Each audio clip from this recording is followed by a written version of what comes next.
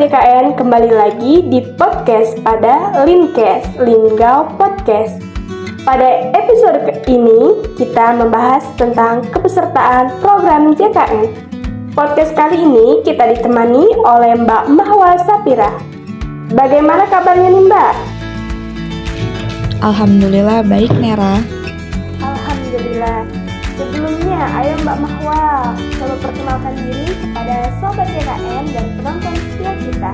Halo Sobat JKN, perkenalkan nama saya Mahwa Sapira. Oke Mbak Mahwa, terima kasih. Sesi perkenalnya sudah, mari kita masuk ke pembahasan pada podcast kita hari ini.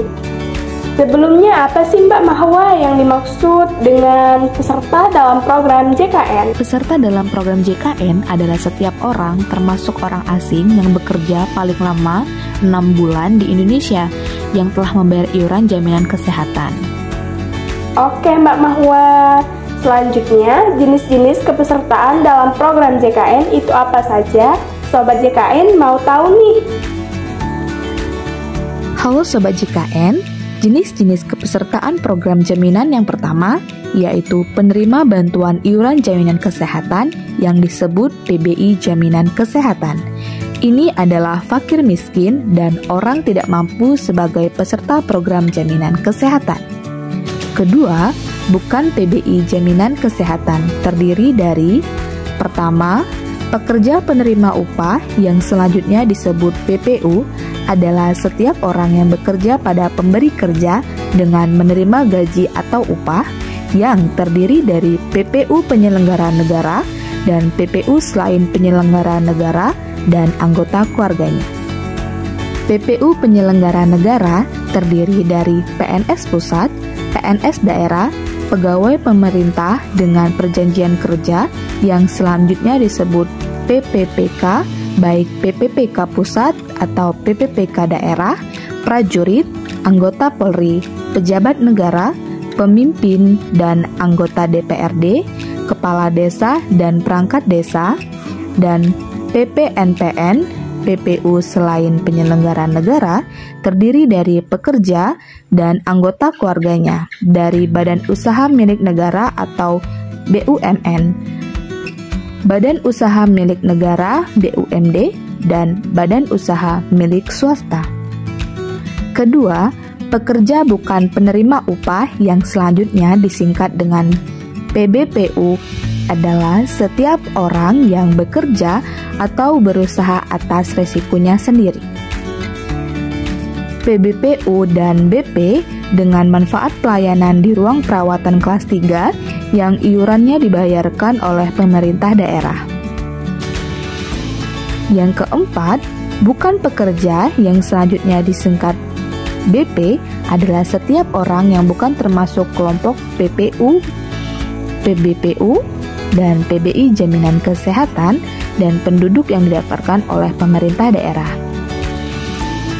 Nah, BP penyelenggara negara terdiri dari veteran, perintis kemerdekaan, penerima pensiun, dan janda, duda, anak yatim dari BP penyelenggara negara.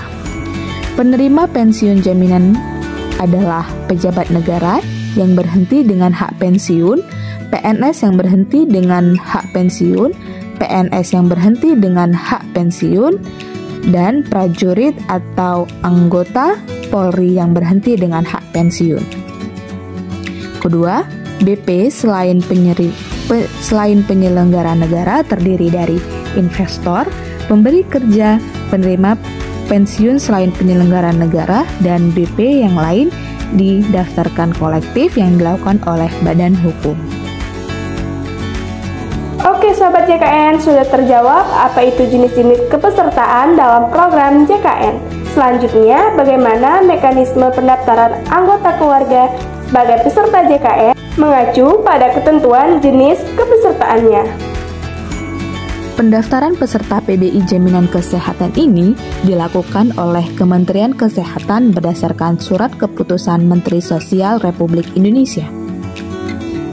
PBU dan BP dengan manfaat pelayanan di ruang perawatan kelas 3 yang iurannya dibayarkan oleh pemerintah daerah disingkat dengan PBPU dan BP Pemda, maka pendaftarannya peserta dilakukan oleh pemerintah daerah sesuai yang tercantum pada perjanjian kerjasama.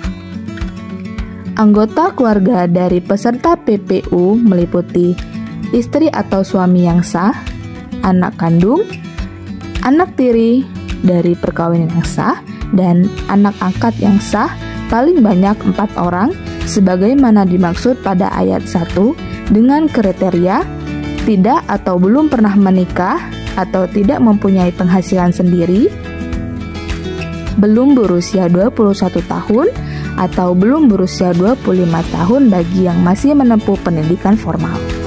Setiap peserta PBPU dan DP wajib mendaftarkan dirinya dan anggota keluarganya meliputi suami atau istri yang sah, seluruh anak dan anggota keluarga lain yang terdaftar pada kartu keluarga. Kemudian, apa saja sih Mbak hak menjadi peserta?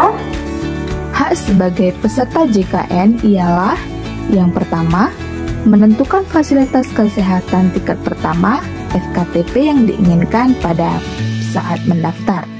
Kedua, memperoleh informasi tentang hak dan kewajiban serta prosedur pelayanan kesehatan sesuai dengan ketentuan yang berlaku. Ketiga, mendapatkan identitas sebagai peserta JKN untuk memperoleh layanan kesehatan. Keempat, mendaftarkan manfaat pelayanan kesehatan di fasilitas kesehatan yang bekerja sama dengan BPJS Kesehatan. Kelima, mendapatkan perlindungan data pribadi yang diserahkan kepada BPJS Kesehatan dalam rangka pendaftaran peserta. Keenam, menyampaikan pengaduan, saran, dan inspirasi baik secara lisan maupun tertulis kepada BPJS Kesehatan.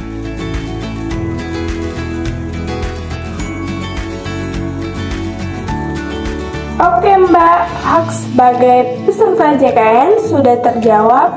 Kalau ada hak pasti ada kewajiban, iya nggak sih? Jadi apa saja kewajiban peserta dalam program JKN? Pasti dong ada kewajiban. Kewajiban peserta program JKN yaitu yang pertama, mendaftarkan diri dan anggota keluarganya sebagai peserta JKN kepada BPJS Kesehatan. Kedua, memberi iuran secara rutin setiap bulan sebelum tanggal 10. Ketiga, memberikan data diri dan anggota keluarganya secara lengkap dan benar. Keempat, melaporkan kepada BPJS Kesehatan apabila ditemukan ketidakpatuhan pemberi kerja dan pendaftaran peserta dan pemberi data yang tidak lengkap atau tidak benar. Kelima, melaporkan perubahan data diri dan anggota keluarganya, antara lain susunan anggota keluarga, perubahan golongan, pangkat, atau besaran gaji. Pernikahan, perceraian, kematian, kelahiran, pindah alamat atau domisili, dan pindah fasilitas kesehatan tingkat pertama, serta perubahan alamat email dan nomor handphone. Keenam, menjaga identitas peserta JKN agar tidak rusak, hilang, atau dimanfaatkan oleh orang yang tidak berhak. Ketujuh, mentaati prosedur dan ketentuan untuk memperoleh manfaat pelayanan kesehatan yang ditetapkan. Biasanya nih Mbak, yang sering terjadi jenis-jenis perubahan apa dalam kepesertaan JKN? Perubahan jenis kepesertaan JKN seperti tambah atau kurang anggota keluarga, perubahan data kependudukan, perubahan alamat, domisili, nomor handphone, alamat email, kelas rawat, dan perubahan FKTP. Wah, terima kasih Mbak Mahwa atas informasi mengenai kepesertaan program JKN. Baik, berakhir sudah podcast kita di Linkcast, podcast hari ini. Sekali lagi, terima kasih kepada Mbak Mahwa sudah mau berbagi ilmu kepada sahabat JKN dan penonton setia kita. Sampai jumpa sahabat JKN dan penonton setia kita Linkcast di podcast berikutnya.